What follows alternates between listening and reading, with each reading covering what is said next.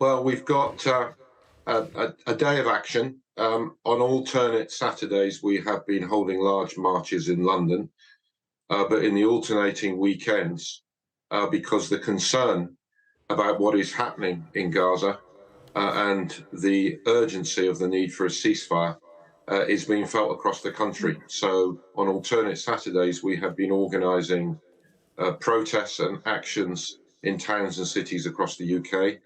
2 weekends ago, events took place in over 150 places.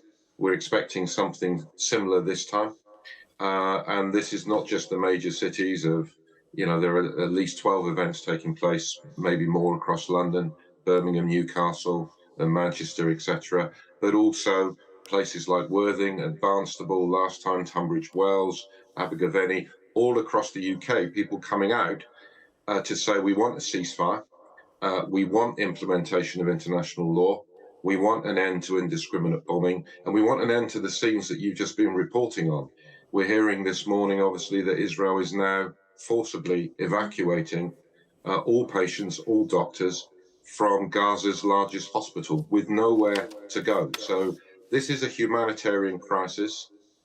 It needs to come to an end, and that's what people are going to be saying in towns and cities across the UK today.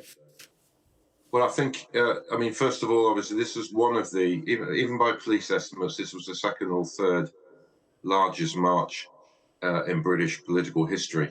The only larger march was the march against the Iraq War. And it was an extremely peaceful march.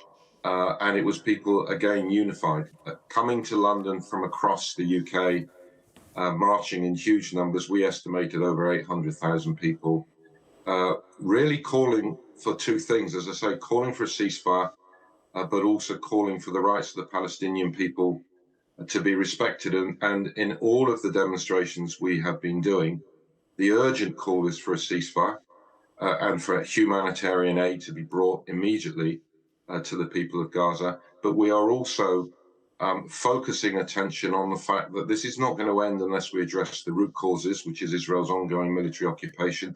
Today, part of the focus, there will be people who will be protesting outside Barclays Bank, and that's to draw attention to the complicity of our government and our corporations and companies like Barclays Bank in providing financial infrastructure to enable Israel to continue with its military occupation through financing companies supplying weapons. Well, look, I think, and you're right, we saw, first of all, far-right activists going to the cenotaph. I think you're showing the scenes now where they were in violent clashes with the police. There was also a cohort of far-right activists who tried to disrupt our march. The police had to put a cordon around one pub where they'd searched people, found weapons on them, and they had to put a cordon around the pub to allow us to march past. Look, my view on this is this: the people who act like that, people from the far right,